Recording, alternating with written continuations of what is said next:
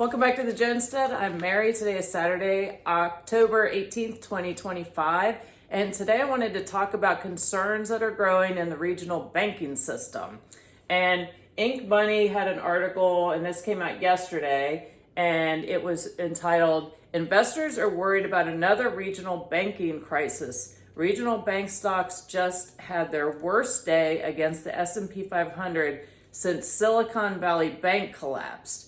And in the article, and I'm just going to read some of it for you guys. The article says, quote, Zions Bancorp reported it had to write off $50 million in bad loans tied to borrowers facing legal troubles. The Western Alliance announced that it had filed a lawsuit in August that alleged one of its borrowers had committed fraud.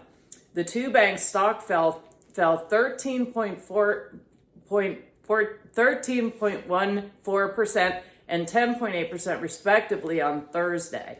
The article went on to say, still, the backdrop for the banking sector was already fragile. And I've been doing articles or videos about this. Two auto industry companies, First Brands and Tricolor Holdings, just went bankrupt a few weeks ago, dragging shares of Jefferies down due to their exposure. And I talked about specifically Jefferies' exposure to the First Brand bankruptcy, maybe to the tune of $44.6 million. So how everything washes out in the end is still remains to be seen. But those disclosures will be coming. Now remember, First Brands is Chapter 11, whereas Tricolor is Chapter 7. And then JP Morgan, and the article went on to talk about how JP Morgan also faces exposure to these bankruptcies. And during JP Morgan's earnings call on Tuesday, CEO Jamie Dimon did not exactly calm the jitters as he discussed why he was more concerned than most about the current credit financial outlook. And he said, quote, when you see one cockroach, there are probably more. Imagine that. Dimon said in reference to auto loan companies going belly up. Well, I think we have to be concerned not just with the auto loan companies, but I think with the financial sector as a whole. And this is why. This morning I was reading an article that was on, where are you? Wolf Street.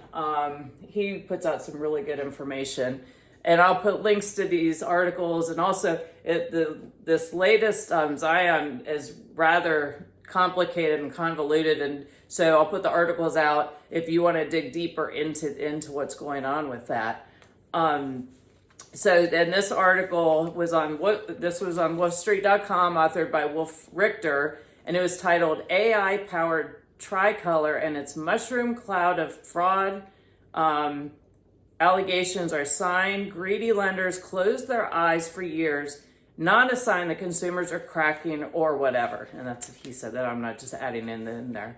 And he brought up a glaring practice in the banking industry that, in my opinion, is going to inevitably cause a meltdown. And this is why I say that. So, and I'll quote from the article, and I really appreciated him bringing this to light. And it says, but don't cry for the lenders. They knew that Tricolor largely lent recklessly to illegal immigrants with no driver's license and no credit rating. So they weren't even subprime. And then he continues, which Tricolor marketed as social lending. Social lending has been promoted for over 2 decades by the federal government through the Community Reinvestment Act and the Community Development Financial Institutions Act. And in 2019, the Treasury Department certified Tricolor as a CDFI, which is the Community Development Financial Institution, granting it a federal endorsement of a socially responsible lender. And it makes you wonder how many more of these businesses are out there and how many people have taken not just auto loans or home loans, but personal loans, just because they were able to check some boxes, not whether or not they were qualified or there was any evidence that they would be able to pay back the loan. And so we don't know. I don't know how many loans like that are out there. We've certainly seen the results of these types of, with the DEI hiring, where people are hired not because they're qualified, but because they check boxes. And that has had a devastating effect on quality control. Can only imagine what is going to occur with the trickle down in the financial industry. So I think that is something we all really need to be paying attention to.